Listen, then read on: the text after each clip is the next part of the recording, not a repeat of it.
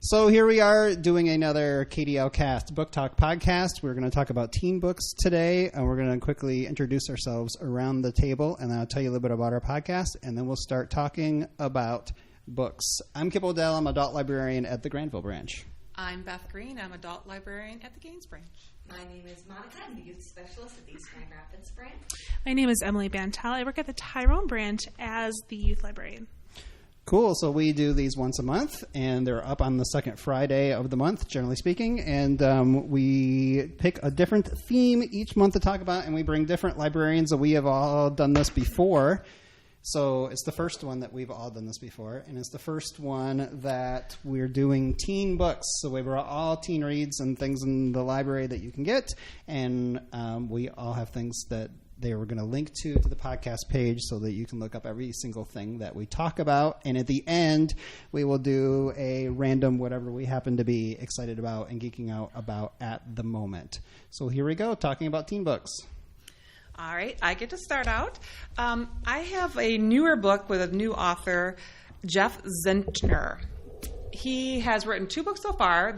Our first one is called The Serpent King. The second one is The Goodbye Days. To me, he is like the Sarah Dessen for boys. She takes my book away from me. They're very well written. He really builds characters really well, and both of them made me cry.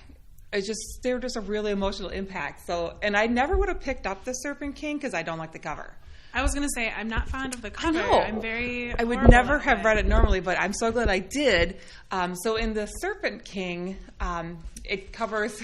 I'll give you the names back. Okay, thank you. There are 3 teenagers, and they are going into their senior year, so they're anticipating what they're going to do after they graduate. It's Dill, Travis, and Lydia. So they are the type of teens where they don't care what other people think of them, so they do weird, crazy things, and they dress differently because that's just the way they are, and it's fun for them to do that. But poor Dill... I had to make sure it was Dill. Which one is it? His father is a minister, and he's not just any minister. He's a minister of one of those churches that uses snakes. So that's kind of where the Serpent King comes in. So it wasn't heavily in here that could make you totally gross out because, snakes, but it was very well done. His father is in prison right now, so he's not a direct contact, but there is a connection there, and you find out his whole backstory, and it's just really sad and moving. And you also get the 2 best friends moving in there too. So it just was really an emotional book. So I would recommend this if you need a boys book to make you cry. Excellent. A little more emotional side. Yeah, it definitely hits you on the emotional side. I didn't think I'd cry at it. To make us cry is going to be the theme, especially if you go. Yeah, without a doubt. I know, right? We're not bringing the cheer today. So read Jeff Zentner if you've never had him. He has 2 books out. I think he's going to be a big name. Awesome. Are his other ones all like boy protagonists sort of things? Yeah, he has 2 books total. Cool. And the other one is newer than this one, and they're both main characters are male, and they both have some type of, they're realistic fiction, but they really get into the issues and kind of breaks your heart. And maybe the cover will grow on you. Yeah, I didn't like the cover of the other one either. So it's just, I don't know, maybe boys like it. Well, there is that book. Kip, do you like it? It looks too generic to me. It's too generic. It's one of those... Aaron, what are you thinking? I know. There is that book, okay Winger, though, that has the boy with the bloody nose, and I'm That's like, appealing? why would they do this? But that's a guys read. Maybe they should have had a decapitated snake instead. Right. With blood. Like the snake, right? Right, I like That would be cool. Yes. I'll send the book covers, no big deal. So I pulled this one because I liked the cover, but then it turned out to be a good book. So this is The Memory of Things. This one will also make you cry. It takes place on a Tuesday morning on September 11th, 2001. Oh. And our main character is Kyle Donahue, and his mom and his baby sister are going to be flying in from California like any minute now. His dad is a New York City policeman and is out walking the streets doing his job. And when the book starts, Kyle is watching the first of the towers collapse from outside his high school window. So he and his friends and his classmates, they all evacuate out of the school, and he is quickly separated from the group in the chaos. Oh. I know. And it is while he is racing through the streets across the Brooklyn Bridge with thousands of other terrified New Yorkers that he looks up and he sees something that he was not expecting to see. And this is the moment that all of my 8th graders are like, it's a girl! And yes, it is a girl! He sees a girl as he's racing across. But she is covered in ash and dust from like head to toe, and has little bits of metal in her hair, and she's wearing inexplicably this pair of costume wings that maybe used to be white but certainly aren't anymore, and she's leaning way out over the bridge like she's thinking of flying away off of it. And so Kyle, who is stressed out, and the other tower is coming down and everyone's screaming, and so he does the only thing he can, which is wrench this girl off the side of the bridge and take off running with her. And it is not until he gets to his family's apartment that he realizes that, probably due to shock, probably due to whatever it is that put her in this state, she has complete amnesia. She doesn't even know her name. She doesn't know how she came to be there on the bridge. And so this is the story of Kyle and this mystery girl in the days following the collapse of the towers, like trying to deal with this incredibly, almost impossibly huge disaster, but also like the everyday things that you still have to do because you're living, and maybe first love, which throws a whole thing into it. So always throws a wrench in something. Throws a wrench into it. I love it. The fact that the kids I recommended to view this as historical fiction breaks my brain a little bit. Oh, wow. Like, I feel real old when I have to talk about that, but it's really good. That does sound really good. It does have a nice cover. I just was hoping it wasn't an angel book per se, but it's not. It's not. No. No. So yes, Memory of Things. Okay, now I want to read that one. Highly recommend. It'll probably make me cry. When we interviewed Brendan Keeley, one of his first books was around 2001, and he saw it in Publishers Weekly or Library Journal or one of those, and it was listed as historical fiction. And he was like, wait a second, I never thought of this book as historical fiction. It was like 20 years ago. Yes. I have read another book review, and they said it was historical for 1999. Really? And I was like, oh my gosh, do you remember parting like it was 1999? I think her Katrina books get listed as historical fiction. oh my gosh. You're right about that. I know. That's crazy. They're just aging us faster than they should. I know, way faster. All right, so talk about my book. I actually have a graphic novel, which is super unusual because I don't read graphic novels. I have a hard time. Either I spend way too much time looking at the pictures and it's too much, or I don't look at the pictures and then you miss some of the important stuff because I have my own visuals in my mind going on. But this was actually really good. It's called March. It's a series. Either the third or the fourth book is coming out. The third? The third one won the award. Yeah. Won the award. Okay.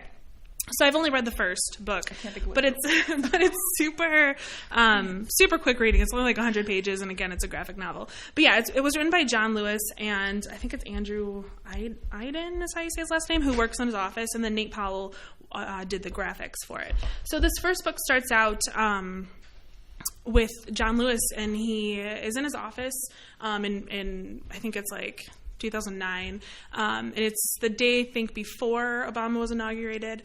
And he's about to go on, I think, give a speech or something. And he has this mother and these two boys come in, and they really want to meet him, kind of to inspire her kids, to grow up and do great things.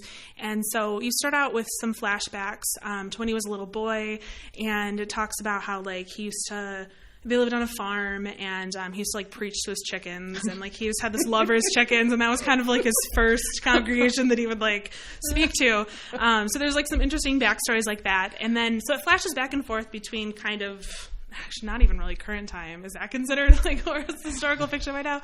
Apparently, yes. Yeah, it's weird. To back about 50 years ago. And so it kind of follows him as a young man, wanting to do more in his community and his huge part in the civil rights movement. And so this first book doesn't get too far into it because obviously there are other books that come after it. But I absolutely loved it. Like I said, it was super quick. I read it in a few hours one day, and I adore it. And it's absolutely powerful, obviously. I feel How's the artwork? The artwork is good, yeah. Did you like that too? I mean, it's black and white, and I think maybe because I think my issue is when it's color or if there's too much going on, then I have a hard time focusing on the words. Yeah. But yeah, I definitely recommend it. I think people who like already know a lot about John Lewis would appreciate it because it's really like fresh and it's actually an adult book, but I would give it to teens who like are interested in history or even just interested in graphic novels because you don't realize you're learning at the same time. So that's fun. Sneak it in there. It's super good, and you learn a ton about how that's all organized, like things you forget that when they were planning and working out, and how it could have gone much worse had they, not done some of the work. And it's fantastic. It is. Yeah, definitely a fantastic read.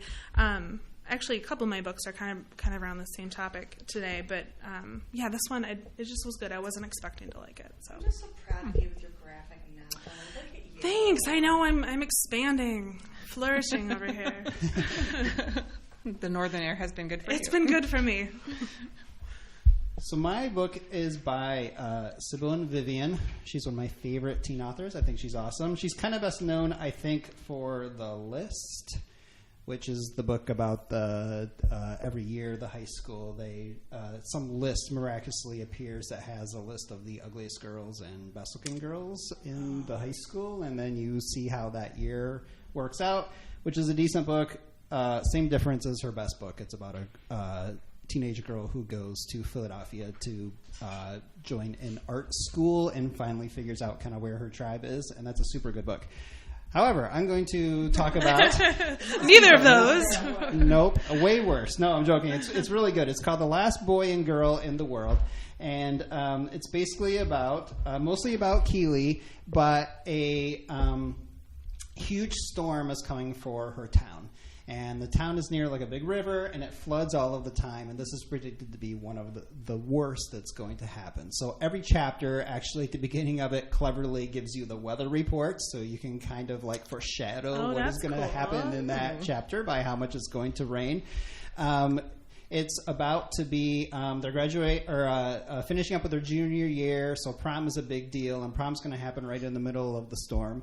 And it absolutely does. And the town floods like crazy. So you follow these teenagers trying to still have fun despite all of this that is happening. What they don't realize that they're very naive about is that this is going to be the worst storm and it could completely ruin their town. And what they also don't realize is there's probably some shenanigans going on behind the scenes that the town would really love to just flood it over, start new, buy their houses, move people out of the town. And her father has been, he was a really respected guy in the community, but he just, a few years before, hurt himself out at a construction site and has been disabled and has not worked. And he starts rallying everybody and really gains energy from, hey, we aren't going to leave our houses, we don't care what you say, type of a situation. And he's trying to figure out what sort of stuff is going on behind the scenes. And I can't spoil much, but there's like a lot of stuff happening behind the scenes that you find out as all of this goes on, because what they would really like to do again is allow the city to flood and then rebuild fancy houses and that type of thing. Yes, Monica. This might be a spoiler, but I figure you can just edit it out if it is. Okay. Is this the book that involves them finding a thing in a roof at the end? Yes. Okay. Have you read it? I read the last 5 chapters. Oh gosh, who does that? Yeah. Well, Did you understand the last 5 chapters? Really good, and I was like, so you skipped? Well, I flipped, like in You one did the fell flip. swoop, Oh, and then I no. just stopped and kept reading. So no, none of it made any sense, but that part of it sounded really familiar to me. So there's a romance in the book. Suddenly, one of the boys who hasn't paid a lot of attention to her does pay attention to Keeley. It's really a lot about relationships. You have a lot of like dynamics going on between her mom and her father and her best friend. The thing that sometimes turns off some people from this book is that they don't like what a lot of the characters do, including Keeley. Like, they aren't super likable, but if you're a teenager and your life is being ruined and they're flooding your town, you're probably not going to act like super awesome and chill about everything. No. So it's pretty realistic as far as I think about how all of the characters act, and they all have kind of their own things. But nonetheless, there's some very dramatic romantic scenes, which ends in something in a roof, in a canoe. Okay. But, so I will finish it there so I don't spoil anything. But that's The Last Boy and Girl in the World by Sybil and Vivian. And she's very good at, the character study part of books, and this is very good that way. On a very basic level, it reminds me of Footloose. It's got the different dynamics, prom. It's got a little bit. They do not fix the Townsend party. That makes better. Yes, everything. it would have. A dance party. It's a very simplified. Now we've learned we can't flood the town. We've been inspired by dance. We're going to expend our hospitality to everybody. Not a corny plot at all. It's totally, completely, yeah.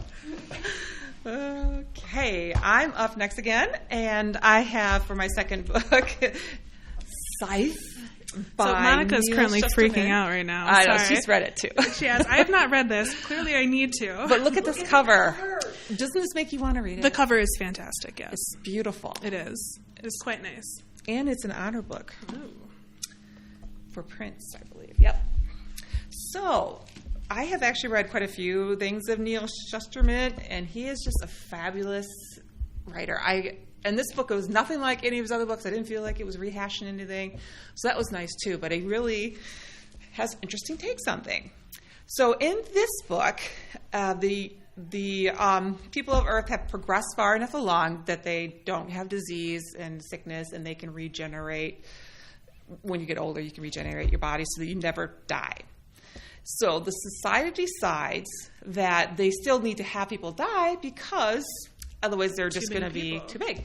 So this institution was created, and they are the I'm trying to think what they're called. What are they called? The Scythes? Is it the Scythe? Yeah. No, they're called the Reapers?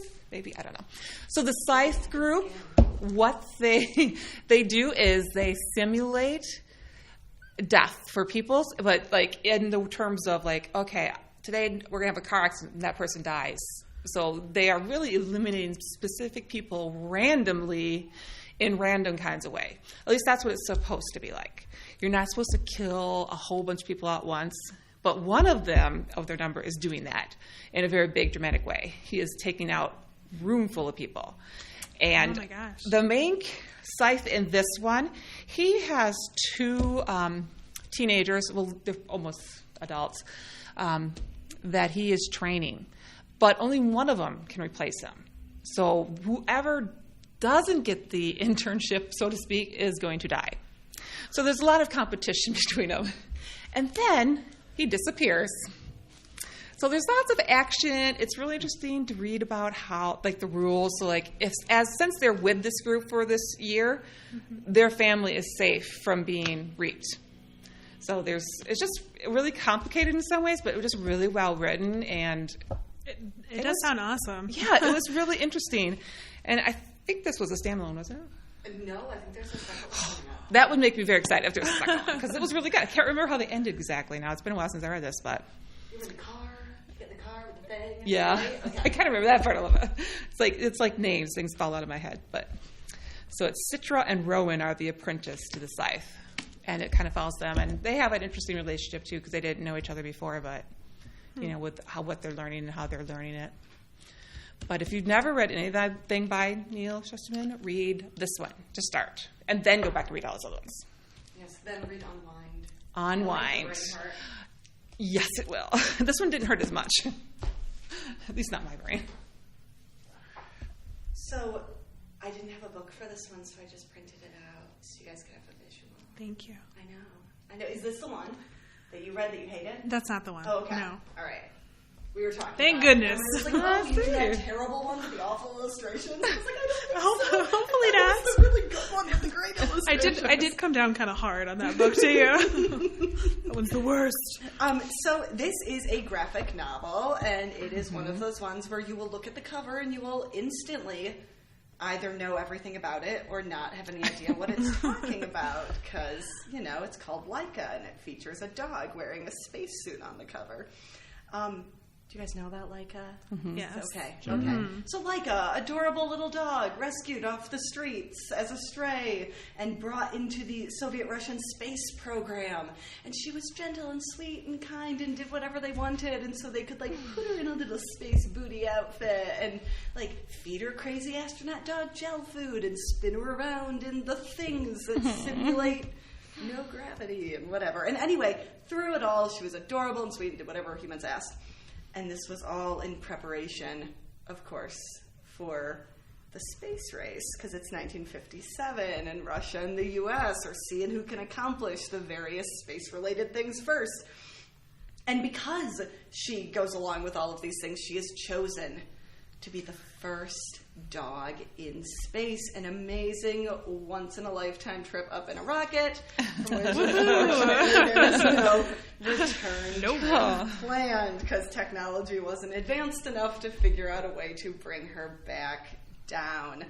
I loved this book. Like, I knew how this book was going to end, and this book still, I read it when I was on my lunch break, and I started crying at the table, and my coworkers were tiptoeing around me like they were worried that something horrible had happened instead of just me sobbing over this 60-year-old dead Russian space dog. But, like, oh, it's so good. Plus the author, Nick Abadzis, he does a really good job talking about stuff that we've learned recently about what actually happened with her flight, because there was quite a bit of subterfuge that went on with it because they didn't want anyone to know exactly what was going on. So anyway, it's super interesting. Highly recommend. It will make you go home and sob into your dog. Right. And promise them that you'll like never use them to test the safety of space so travel sorry. for humans. Like, ah! That might be just me, but anyway, very good. Graphic novel, good. full of tears. It's very good. Yeah. Have you read it? It's another good history thing, yeah. It is. But they All make it of so mine are sad fascinating. history books. I didn't realize until I... For some we have a reason, theme. the That's dog, good. like the animal thing, gets me. Like, because I don't really know. I probably won't read it, Monica. I take your word for it that it's probably excellent. You should read and it. you should all read it who are listening to this. I'm not going to read it though. Or alternatively, just watch old YouTube videos of them prepping her for the Right? Oh, launch. good. Yes. That's Okay. not That's any not depressing worse. at all. Oh, no. All right, so I have my next book is called The Hate You Give. It's a new book. I think it's by Angie Thomas. I think this is her first book. Somebody correct me if I'm wrong. I think, yeah, this is her first book. It's on my list. Is it good? Yes. Read it. It is excellent. So I saw somebody review it, and they wrote this description that I'm totally going to steal. So thank you out there, whoever wrote this description, because it's totally accurate. That sometimes there's books you read that are like fun, and they don't really have a point, but they're interesting stories, and they're just fun. And then there's sometimes books that have like a super strong message that you feel like you should read, and like you need to read it, and you need to hear the message. Well, this book is like both of those in one. The story itself is really excellent. And there's a super strong message behind it that like completely relates to our world today. So the main character, Star, is this teenager, and she the book opens pretty strongly that they go to a party, and there's this fight that breaks out. And so Star leaves with this boy that she's known pretty much her whole life. His name is Khalil, and they're driving home, and I'm getting like goosebumps talking about it. The whole book is like very, very intense, but an excellent read. They're driving home and they are pulled over. And so the Khalil is asked to step out of the car, and things don't go well, and Khalil ends up being shot. And then Star is held there until more police come at gunpoint until they get there. And so this is actually the second death by gunfire that Star has gone through. So when she was younger, I don't remember the girl's name, but I think Natasha or something, was killed by a drive-by shooting, and so she's now kind of reliving this only more intensely because she doesn't want people to know that she was the witness. Where she lives is a place called Garden Heights, and they're all like rallying for Khalil. But where Star goes to school is a school, I think it's like an hour away or something, and it's mostly white. She references being like one of the only black students there, and they're using this incident as like a reason to get out of class, like to go rallied, like just so they don't have to be in class for the day. So it's like there's crazy dynamics in it. There's obviously like a very strong message, but it's also like excellently written. You learn a lot about Star's family and her dad, particularly because he was in jail when she was younger, and somebody, her uncle, I think, helped to raise her when she was young, and so she struggles with that a little bit as well. And then all the normal things that as a teenager you go through, like dating and prom and all that fun stuff. So it's definitely a good read. I feel like I have a hard time selling books, but read this book. This book is really good, and you should all read it. It's excellent. Yeah. It has a lovely cover, too. It does also have a lovely cover. Yeah, that is definitely a thing. I want to see over there. So yeah, it's a good read. Reminds me of, and people are comparing it to All American Boys. Right, Me yes. too. Yes. Jason Reynolds Beck, which is very good. A very good book as well, definitely. All right, so my next one, I'm kind of obsessed with the multiverse and parallel universes, and I want that to be for real. And the book, this is a good teen multiverse thing. It's called Tandem.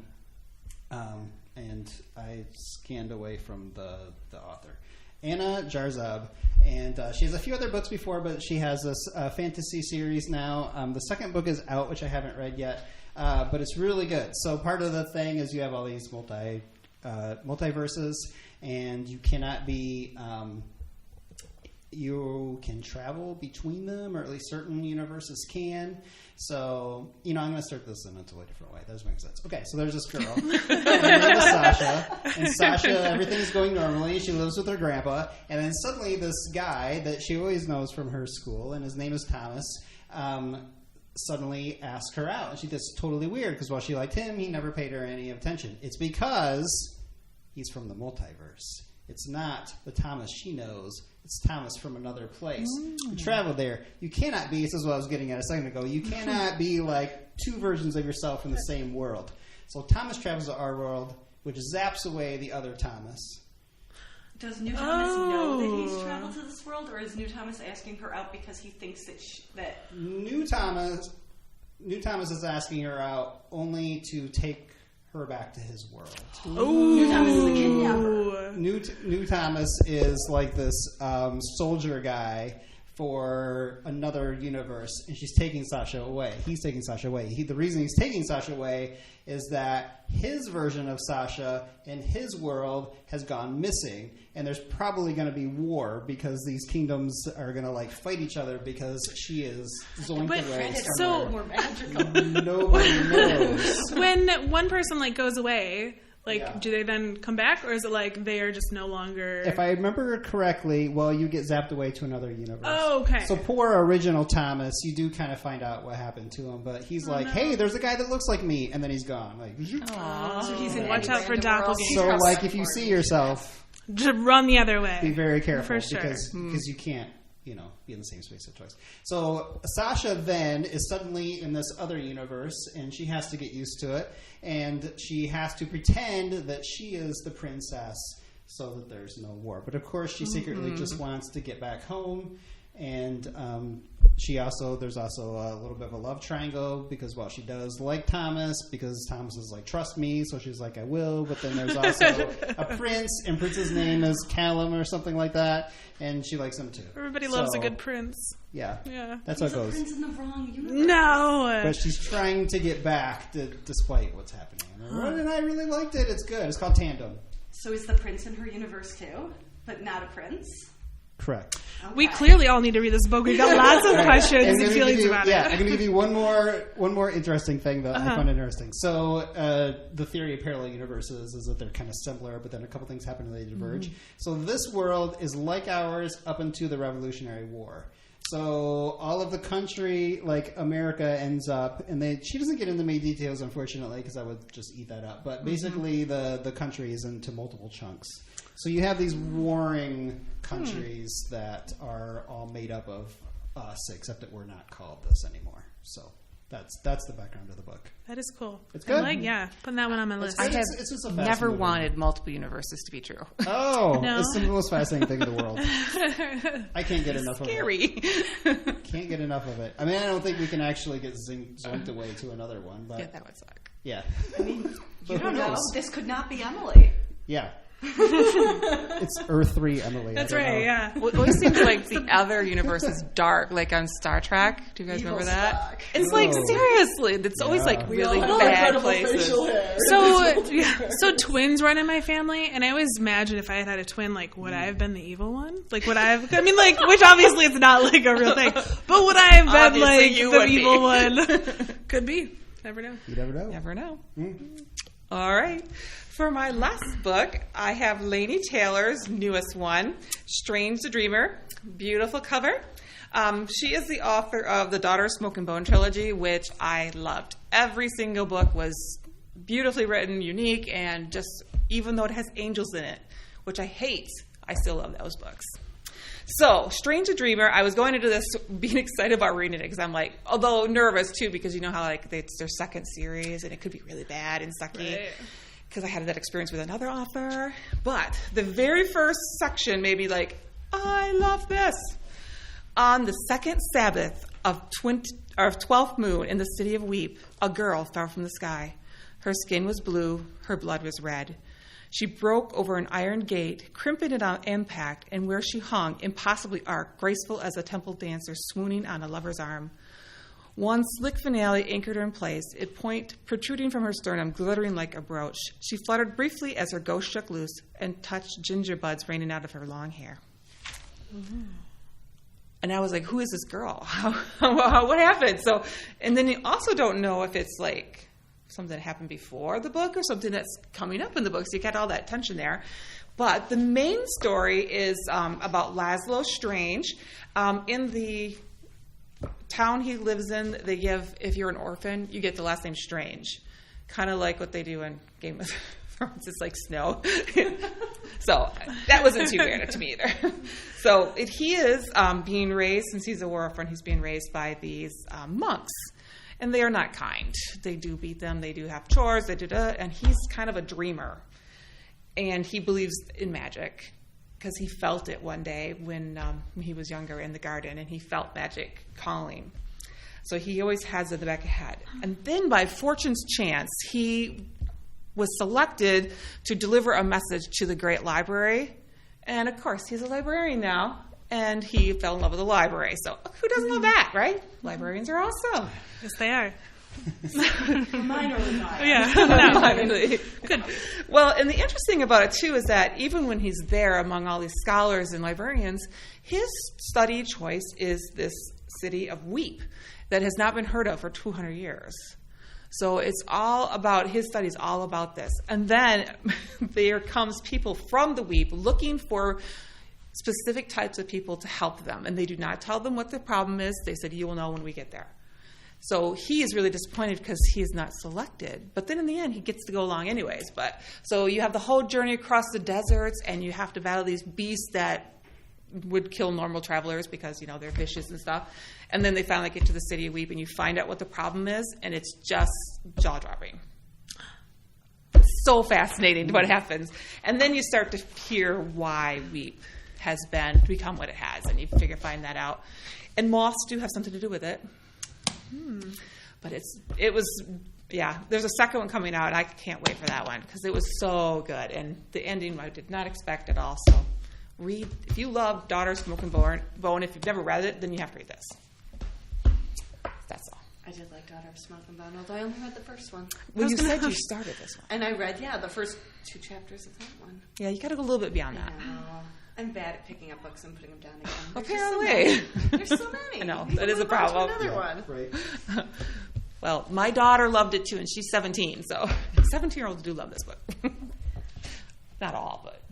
I'm really glad you brought this exciting fantasy one, and then you had this exciting sci-fi fantasy one, because I'm back on the sad history trend. Sad history. So I needed something to break that up a little bit. Okay, so my third book is called Codename Verity, which I think a few people at this table have already read. Everyone so should good. be on board the I Love Codename Verity train. It is yes. the best. This is going to be kind of a tricky book to talk about because it is the kind of book where you are completely unable to talk about the plot without giving away all of the amazing things that make this book so great, but I will fake it as best as I can. So this takes place in World War II. It is narrated by Verity, who is a Scottish spy who was unfortunately captured by the Gestapo when she made a really rookie mistake and looked the wrong way as she was crossing the street and almost got run over by a truck. And so they said, oh, she doesn't know which way to look as she's crossing the street. She must not be from around here. And then she didn't have the right papers and all sorts of stuff. So she's been thrown in prison. She's awaiting her execution. And when we meet her, she is writing out her confession. And that's what we're reading as we're reading this book. And she has not been treated gently in her captivity, to say the least. And she is willing to do whatever it takes to not be tortured again. And so she is willing to give up all of these secrets to the enemy as long as they stop hurting her, basically. And since she knows that as soon as she's done writing her confession, she's going to be executed, she keeps going and keeps going and keeps going. And this confession turns into this massive story that is really less about giving up like wireless radio codes and more about her relationship with her best friend, Maddie, whose life is kind of tied to her own in this amazing way. I'm probably not describing this well enough. No, you're doing fine. You are. You're doing a good job. Book. I love books that are written as letters, and this one is written as a letter. And it is so rare to find like a World War II buddy novel featuring women. Like, that just doesn't happen that much. And the friendship in this is so perfect. But it also made me cry endlessly into my pillow. Yes. Like, ugh. And I'm wearing my Codename Verity bracelets because I love it so much that I have bracelets for them. It is awesome. Yeah. So anyway, it's great. The worst thing about this book is when you're done, you're not going to know what to read after because there is nothing like this book. Although she does have a sequel. She has a sequel and the prequel. Yeah, I didn't like that. I haven't read it yet. It just came out, girl. I had it read it already. Arc. Oh. I mean, we can't tell you anything about the prequel because it's all tied in with the first book that we can't tell you anything about. But anyway, The Pearl Thief did just come out. You've made me so sad. I don't know. Maybe you'll like it. It just didn't appeal to me like the other ones. Well, nothing will ever be as good as Codename Verity. Well, and that book like burned itself onto my soul. What is it? Rose Under Fire is the second one after Verity. Yes, that sounds. See, and that was good too, but not as good as this one. Because nothing can ever be as good as Codename Verity. Yeah, and I brought that one to a book talk, but like similarly, there's not much you can like tell about it to like just read this book. Just trust me, no big deal. Well, and some people who have read it said they didn't like it because it was so uncertain through like half the book what was really going on.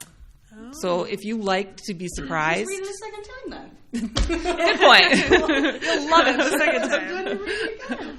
But it made me think so much that it would be good for kids who enjoy the book you have. I was really excited. Yeah. So I have a book that also takes place in the World War II era, and I'm kind of going to be talking about two books by the same author because they're mildly linked together. But the one that I brought is Salt to the Sea by Rita Sepetys, I think is how you pronounce it. And she wrote this book. The main character, or one of the main characters, Joanna, was the cousin of another book that she wrote. So that was kind of interesting, and I'll talk about that other book in just a second. But the way this is written is it has the perspective of four different people. So there's Joanna, who's like kind of like a motherly type almost. And then there is Florian, who they find in the woods as they're trying to escape war, more or less. And then there's this younger girl, Amelia, and these three end up bonding together. They're trying to make it to a boat, the Wilhelm Gustloff, to try to escape, with their lives. The Russians. Army, exactly. And then there's this fourth character that is actually on the boats, and his name is Alfred Frick. And Alfred is the worst. He's the worst. He really is. At first, I didn't really realize. I was like, oh, this character's kind of off. But then as the more you read it, you're like, oh yeah, no, this guy is no good.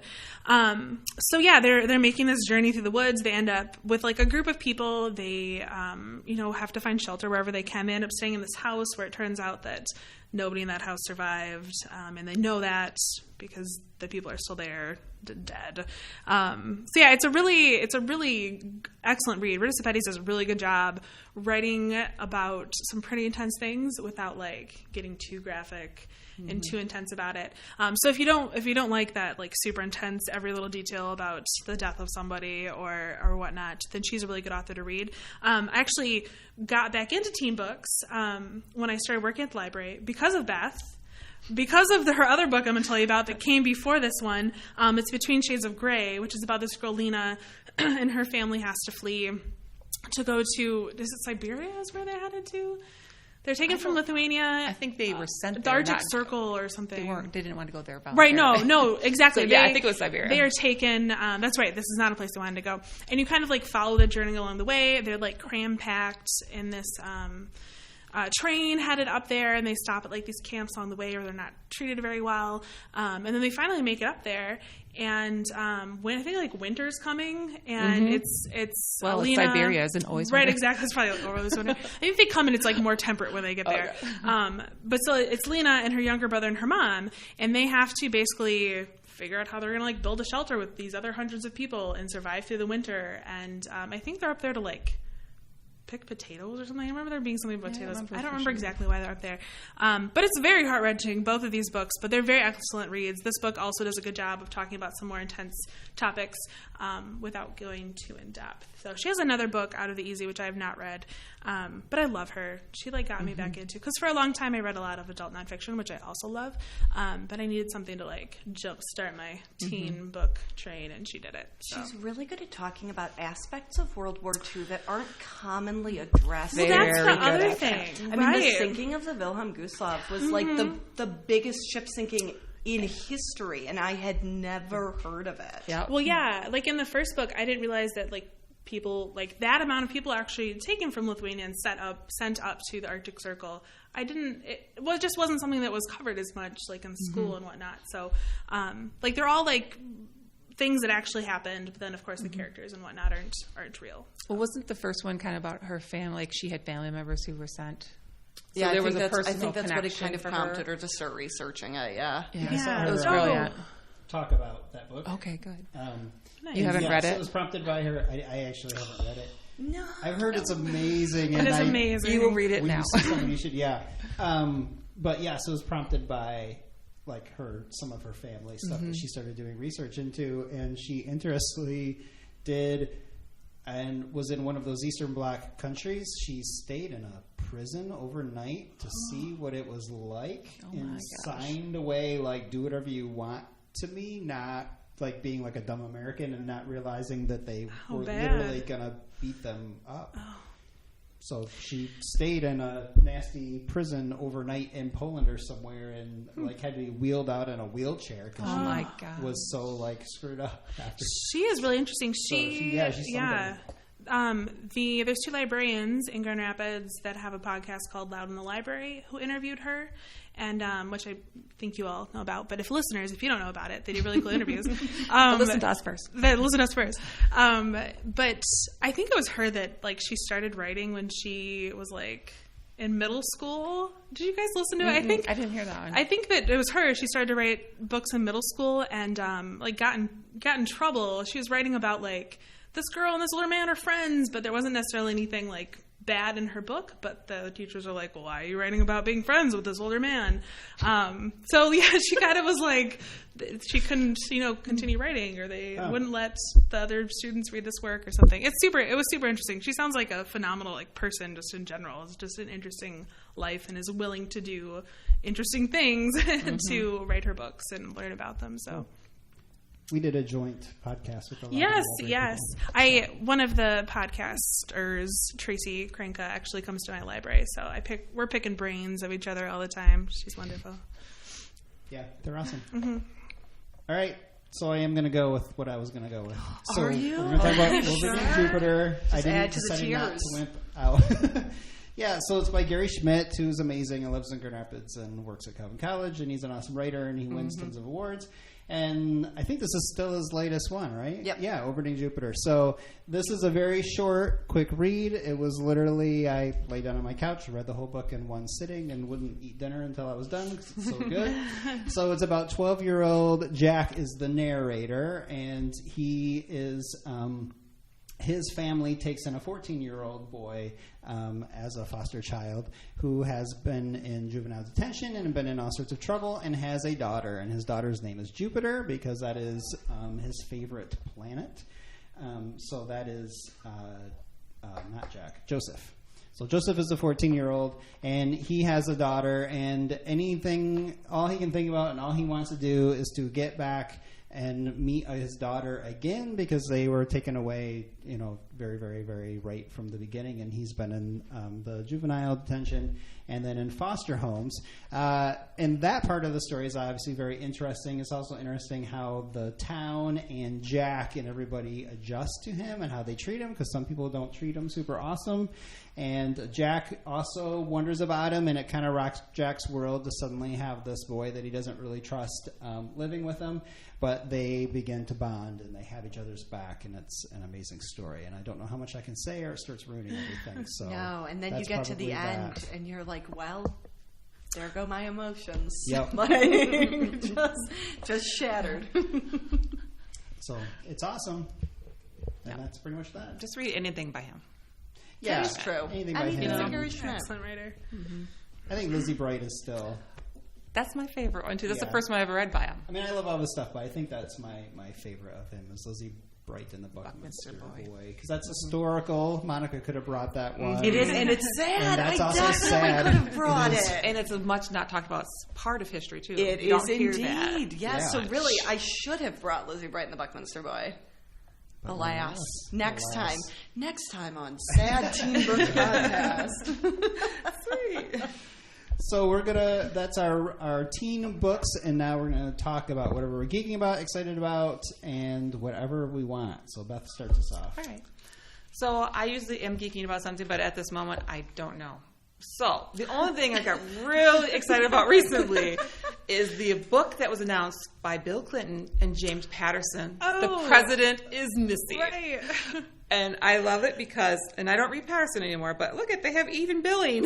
Bill's on top, and they're all the same size, because all his other authors are always little. And they're both really largely written. They're very large on the cover That of the is book. true. Sometimes you have to really search on James Patterson's books to find the other Yeah, author. it's Not this one. Sideways. And it promises to have, like, things only the president would know, which is just awesome, because you remember, like, President's Book of Secrets?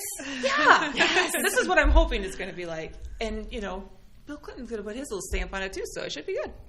But I am excited about that. But it doesn't come out until next year. Oh, next year. Yeah. Hence why we just have a picture. Yeah, right. I'm even surprised we have a picture. But hopefully if it's okay cover. Will it feature Nicolas Cage, though? I know, right? It would be cool. It's like those Clive Cussler. Didn't he have like the Ryan who was like a secret agent? Was that him? And it had to do with like Washington The DC. Jack Ryan ones? Yeah. Clancy. Who was- Tom Clancy. Clancy is Jack Okay. Ryan. I like those books. So I think that's part of why this Yeah. appeals to me, because it has that presidential tie-in. What's the Nicolas Cage series with all the presidential secrets? Well, that's it. Yeah, it's, help me. Yeah. I could like narrate that first movie. I like more than you should like them. Something but... like I'm obsessed with Oh. National something Treasure. National National Treasures. Treasure. Yeah. Yeah. National Yeah. Treasure Should've is spoken an up amazing there. film. There is a very small chance I have a framed copy of the Declaration of Independence in my home, just in case. Because Just in case there's a treasure map on the back. that's awesome. Sweet. I love You that. never know. You never know. It could be the real one. Okay. You guys, this is not a super depressing historical fiction book. Yay! It is, however, my favorite series of all time in the history of every book ever written and then read by me. So, this is the 5th book in the Queen's Thief series by Megan Whalen Turner. Probably none of you have ever heard of this book or read anything by her, which is so sad. You guys, everyone should be reading her books. So the series takes place in a land kind of reminiscent of ancient Greece, but in a time more similar to like the end of like the Byzantine age, maybe. Like they have really rudimentary handguns and that kind of thing, but it reads very much like it's in ancient Greece. And it follows the adventures of Eugenides, who is this brilliant, temperamental thief who is working to protect his country from invasion by a rival empire. And it has like this whole pantheon of fictional gods, and there's all this political intrigue that's kind of reminiscent of Game of Thrones, and there's long cons in it and unreliable narrators, so it's sort of like Ocean's 11 meets Usual Suspects, except in ancient Greece. And like, I'm obsessed with these books. I cannot even tell you. And there's plot twists in every book, which renders me incapable of telling you the plots of any of them. You need to read them in order. I apologize in advance. This fifth book. Wow. It has been almost 10 years since the fourth book. And so when I saw this arc at our staff meeting, the noise excited. I made was probably only audible to dogs, but it was, oh my gosh, I was so overwhelmed. By the time this podcast drops, this book will be out because my hardcover copy has just shipped from Amazon. This comes out on the 17th. So, but seriously, like if I ever get a tattoo, it is from this book. I probably will name my firstborn child Eugenides. I need someone else to read this series so that I can geek out with them about it. Is this the last one? This is not the last one. I want her to write these books forever. They are ostensibly teen books. The only people I know who are obsessed with them are 20s and older, so I will say that. But Megan Whalen Turner, everything she writes is magic. Call me Megan Whalen Turner. I'm your biggest fan. Anyway, I'm glad I was go after that. So my thing I'm excited about, I actually just a few days ago had a patron recommend this to me. It's called Dreamland Burning by Jennifer Latham? You guys heard of this book? No. I'm okay with that cover. I don't know that much about it other than this teen was like talking a mile a minute about how excellent it was. So it is about a 17-year-old girl. I think she finds some skeletons on her property or something, and then it like flashes back to like 100 years prior to when some huge incident happened. So I'm just getting into mysteries. I haven't like read a lot of mysteries for teens, so I'm excited to read this. Like, I'm trying to up my mystery game. Actually, I did read another mystery that I brought, City of Saints and Thieves, but I didn't talk about it. But yeah, so I'm excited about this one to see what it's all about. I always like to take patron recommendations, especially when they're so enthusiastic about them. It's good. And it can go towards your books you've read for the year. That's right. Yeah, it can go towards that. Yeah, while Monica's talking about that, I'll talk real quick about this other mystery. Have any of you read City of Saints and Thieves? I've heard of City of Saints and Thieves. You've heard about it. It's about, I listened to the audiobook. It's about this mom and daughter who escape the Congo, and the woman reading the book has an accent. I think it's a Congolese accent, as far as I know. But it's really interesting to hear her read it because she's got the accent. But yeah, the daughter Tina. She ends up as like this girl on the streets, and then she's got a younger half sibling that she makes sure is like in boarding school and is doing well, and brings her the things that she needs if she needs papers and pencils and stuff. So it's kind of like this interesting refugee story where she's on the streets and she's trying to avenge her mother's death, actually. But yeah, it was a pretty good mystery as well. So I'm up in my mystery game. Seems like there's not, correct me if I'm wrong, a ton of good teen mysteries. No. Yeah. I've had a couple I've liked, but... Yeah, it's not an overwhelming amount of them, no. I like Allie Carter. Because there's a kind of fun mystery. Yeah. Has she written anything recently, though? Embassy Row. Oh, yeah, that's true. That was pretty recent. Mm-hmm. I think that's the most recent thing. I think those actually look good, the Embassy Row books. Mm-hmm. Yeah, they are good. The first one's kind of like blows your mind a little bit, but because you're not sure, it's like you don't really know what's real and what's not. Okay. But did Allie Carter do Heist Society too? Mm-hmm. Yeah. Okay. Yeah, I didn't like it as much as I liked her. No, but I like the cover. Yeah, the covers are definitely good. Full circle. I'm so glad to find someone else who loves cover because people think I'm weird. Love covers. Yeah, I liked your original series. Yeah, I mean, it was really fun good. and light. And yeah. Unless you get to the fifth book. Plotting. I think I only read the first couple. It got really dark. Yeah? Oh, yeah. I would have expected that. I know. It's like the latest series ever, but all right. Nope. Kip, we can tell you're stalling because you haven't figured out what you're geeking No, I have. What's your thing? I have. Have you? Yes. Well, when I was out with my eye surgery, I listened to many, many, many books, and 2 of them blew me away, and I'm going to bring one of them today. The other one, maybe I should or should not mention. I'll do it on another. No, it's Underground Airlines by Ben Winters. Have you read Ben Winters? He did that policeman series. Oh, okay. I'm going to talk about that anyway then, but I'm still talking about my other book. So Ben Winters writes these, and I'll have to think of what his other series is called that he's actually better known for. But he writes these books that are kind of like mystery-type books, but in completely different worlds. So in his first series, which I'm getting closer and closer to finding on my iPad, is called The Last Policeman. Have you heard of that? I have heard of that. Yeah. I didn't read it. So I haven't read it either, but a lot of people at Granville are freaking out about it, and my wife read the whole series and liked it. So the world is about to end, but then it follows a policeman who is just going to continue doing his business no matter what. In each of the 3 books in the trilogy, he's solving another mystery. Well, in Underground Airlines, it's sort of an alternate history. So basically, it's about our America, except in which there was never a civil war and slavery was never completely abolished. So actually 4 states continue to have slavery. They call them the Hard 4. And the rest of the country sort of puts up with it. And you have all these differences in our country just because we hung on to slavery all of this time. And the main character in the book is a former slave who's stuck working for the government, finding runaway slaves in the rest of the country. But he, on one of his jobs, he completely changes and ends up deciding to sort of try to break the system and get away. And you see the country in all sorts of different ways. So you see kind of how the rest of the country is not doing as well as ours is now, because like European countries don't want to deal with us because we're the horrible country that still has slavery, and which would make a lot of sense.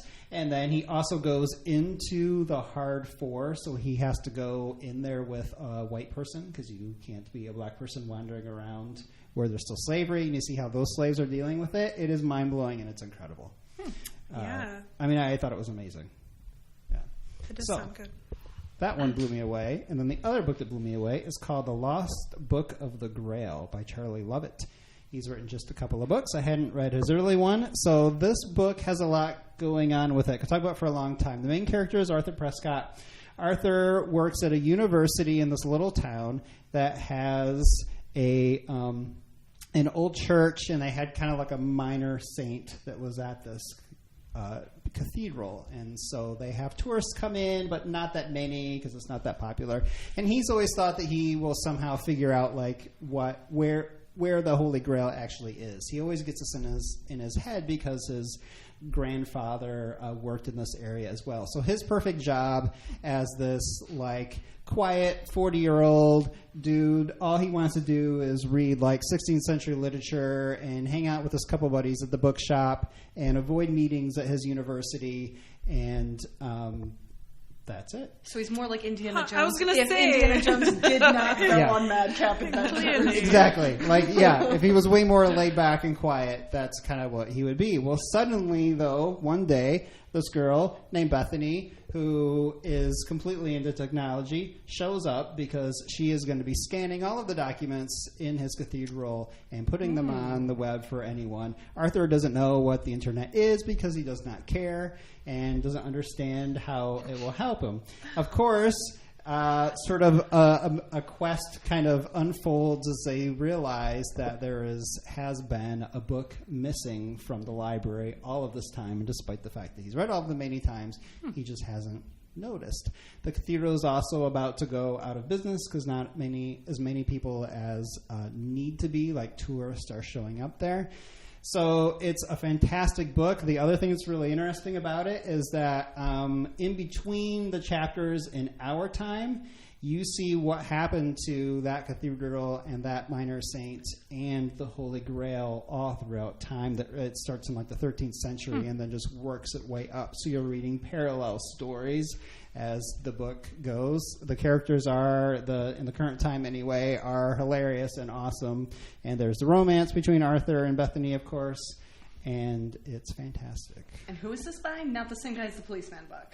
Correct. Different guy. Different guy. Okay. Charlie Lovett. He's like an antiquarian. I heard his first book is but apparently he got better because Lost Book of the Grail is really fantastic. And I think almost anyone would like it and read it. Because if you like historical fiction, you will like it. Mm-hmm. But you can also fly through the historical parts if you aren't that interested in them because the rest of it is just like a good modern day story. Yeah. Although this was a bad podcast for you if you aren't into the historical. Right. Yeah. Don't listen to this Like, one. you probably didn't even get this far. So our accidental themes were history, sadness. Sadness, yeah. I noticed we had a lot of award winners too. Lot of which award winners. I didn't even At the mention time. all the awards that March has won. I wrote them down on a sheet because I was like, dang. The National Book Award winner for Young People's Literature, the Prince Award, Chris Scott, and it goes on and on. All of your books started with the letter S. Yeah, Yep, all my Beth had her S. own theme going Yeah, it's on. another Yes. excellent book theme. So Cool. S is the word of the day. there we go. Letter of the day. Well, I think we did it. Yay. So this is all going to be up on the podcast page. You can follow all the links. We'll have another one up each month. And I think that does it for our teen podcast. And I'm sure we'll do another one of these in the future. Thanks.